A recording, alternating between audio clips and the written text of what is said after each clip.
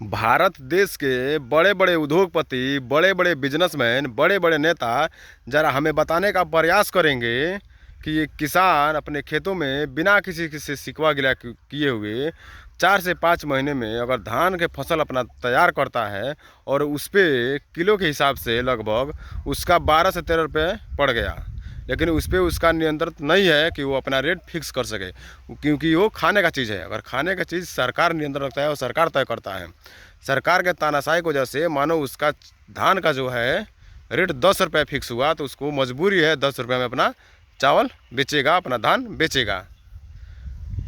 बात सही है, ठीक है, सरकार के तानाशाही की वजह से बेच दिया, लेकिन कल को वहीं किसान किसी होटल में, कि 5 स्टार होटल में, चाहे किसी भी तरह का होटल में जाता है तो उसके सामने एक बहुत बड़ा लंबा लिस्ट आता है कि हाफ प्लेट 50 रुपये, हाफ प्लेट 70 रुपये, हाफ प्लेट चावल 100 रुपये, फुल प्लेट 150 रुपये, 200 रुपये, 300 रुपये। अब बताइए उस समय किसान का क्या हालत होगा, क्योंकि उसने तो अपना चावल जो 13 रुपये के लागत से उत्पाद किया हुआ 10 रुपये में बेच दिया सरकार के तानाशाही की वजह से, कि उस पर उसका नियंत्रण नहीं है, क्योंकि वो खाने का चीज़ है। लेकिन जब उसके पास लंबा लिस्ट आता है 70 रुपये का हाफ प्लेट, 100 रुपये का फुल प्लेट, तो सोचो उस किसान उस समय उतना नहीं मरा होगा जिस समय वो लिस्ट देखकर जीते जी मर जाता होगा कि हमने तो अपना जो चावल 13 रुपये का लागत से उत्पन्न किया हुआ 10 रुपये इस देश के भला के लिए, देश के गरीब लोगों के लिए बेच दिया। लेकिन जब मेरी ही बारी आई तो मेरे साथ ऐसा क्यों हो रहा है? ज़रा देश के बड़े बड़े बिजनेसमैन, बड़े बड़े उद्योगपति, बड़े बड़े नेता हमें बताने का प्रयास करेंगे। इस देश में ऐसे ऐसे कमीनापन लोग हैं कि कोई किसान अगर बर्गर खा लेता है, चाउमीन खा लेता है, मोमो खा लेता है, तो उसका फ़ोटो खींचकर वायरल किया जाता है। भाई किसानों का वे अधिकार है ना, जो बड़े बड़े बिजनेसमैन को, बड़े बड़े नेता को, बड़े बड़े क्या बोलते हैं, उनको अधिकार नहीं मिलना चाहिए जितना किसानों को छूट मिलना चाहिए। हर चीज़ में छूट मिलना चाहिए, यात्रा हो, टिकट हो, खाने का हो, हर चीज़ से छूट मिलना चाहिए। तब तो उसको गर्व होगा कि हम इस देश के नागरिक हैं। किसानों को तो इस देश का नागरिक होने नहीं दिया जाता है। इस देश में एक कंडोम बनाने वाला कंपनी अपना रेट निर्धारित करता है कि उसका लागत जो है 5 रुपये होगा तो 7 रुपये 8 रुपये में बेचेगा, लेकिन एक किसान को ये अधिकार कतई भी नहीं है कि वो अपना फसल का रेट खुद तय कर सकता है। कितने सालों से आंदोलन कर रहे हैं किसान लोग, उनको मतलब रेट सही में नहीं मिलेगा, सरकार को रेट सही नहीं देना है, लेकिन कंडोम बनाने वाली कंपनी को, हरामगिरी करने वाली कंपनी को, गुटखा का ऐड करने वाली कंपनियों को, गुटखा को बढ़ावा देने वाली कंपनियों को अपना रेट फिक्स करने का अधिकार है, गुटखा बेचने का अधिकार है, लेकिन भारत देश के किसानों को अपना फसल उचित रेट में बेचने का अधिकार नहीं है।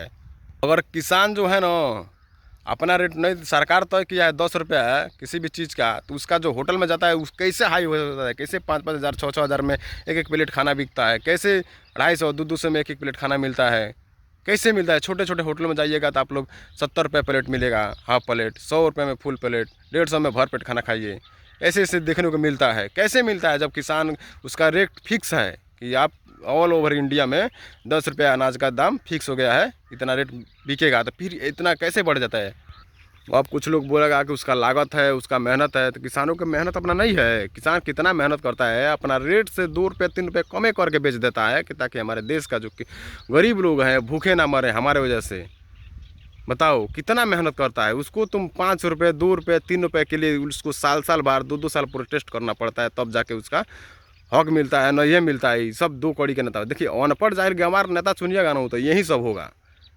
हम कहते हैं मुंबई में भी जब रैली होता है तो गांव के लोगों को पैसा देकर 5-5 रुपये अपने रैली में बुलाया जाता है, लेकिन जब हमारा वही नेता यूपी बिहार में रैली करता है तो लोग कुत्ता की तरह भीड़ लगा देते हैं। मुंबई में कहा नहीं कोई नेता करता है तो उसके कुत्ता तक भी नहीं जाता है, पैसा देकर बुलाना पड़ता है, रैली आइए रैली करने जा रहे हैं। लेकिन हमारे लोग अगर अभी कोई कलाकार आ जाए तो उसके पास इतने मतलब कीड़े मकोड़े मधुमक्खियों के छत्ते की तरह भीड़ लगाएंगे, जैसे लगेगा कि देखे ही नहीं है। किसी नेता के रैली में जाने की क्या ज़रूरत है, हमको समझ नहीं पाता है। हमको क्या मिलेगा किसी नेता को अगर रैली में जाते हैं? तो हमको वोट देना है, वो सरकार बनेगा, जिस दिन वो सरकार बनेगा उस हमको सवाल भाई करना है कि साला तू कर क्या रहा है, किया क्या था। रैली तो होना ही नहीं चाहिए। क्वारंटाइन के समय में जब हो सकता है चुनाव, तो बाकी सब कामों में क्वारंटाइन लगता है, चुनाव में क्वारंटाइन नहीं लगता है। हमारे हिसाब से इस देश में किसानों के पास जो आईडी कार्ड है, किसान एक आईडी कार्ड बनना चाहिए और उस आईडी कार्ड से अपने फ्लाइट के भी सफ़र आसानी तरीके से पूरी कर सकता हो। गाड़ी में, ट्रेन में भी पूरा छूट होना चाहिए। बस यात्रा में भरपूर रूप से छूट होना चाहिए कि आप कहीं पर भी आ सकते हैं, कहीं पर भी जा सकते हैं। खाने खाने में छूट होना चाहिए कि 5 स्टार हो चाहे कोई भी हो, उसको खाना भरपूर तरीके से देना चाहिए, अच्छी तरीके से उसको साथ ट्रीटमेंट होना चाहिए। उसको हर वे अधिकार मिलना चाहिए जो किसी विधायक को नहीं मिलता है, किसी वो सांसद को नहीं मिलता है। हर वे अधिकार मिलना चाहिए किसानों को, लेकिन ऐसा नहीं मिलता है। क्या है कि वही लोग तो हमारा भविष्य तय करते हैं। जो कुछ नहीं जानते हैं वो तो हमारा भविष्य तय करते हैं ना। हम रेट कितना करना है तो अपना घाटा कभी सोचेगा कोई नेता? नेता के हाथ में दे दिया गया है अधिकारी। हमने हमने अपने जीवन में लगभग दिल्ली, मुंबई, पंजाब हर एरिया में काम किया, लेकिन किसी भी ऐसा विधायक का लड़का, किसी भी ऐसा सांसद का लड़का से हमको मुलाकात नहीं हुआ कि मतलब कि वो पढ़ता हो, घूमता हो लखेरा की तरह। काहे नहीं घूमता है?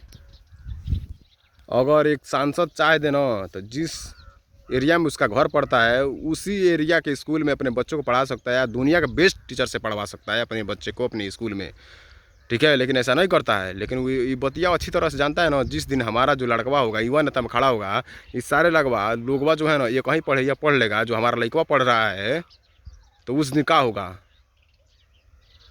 उस दिन हमारा नेता का, हमारा लड़कवा का झंडा लेकर कौन दौड़ेगा? नेता जो है सिर्फ अपना लड़का के बारे में ही सोचता है, चाहे कोई भी हो, किसी भी पार्टी का हो, हम लोग के बारे में नहीं सोचेगा।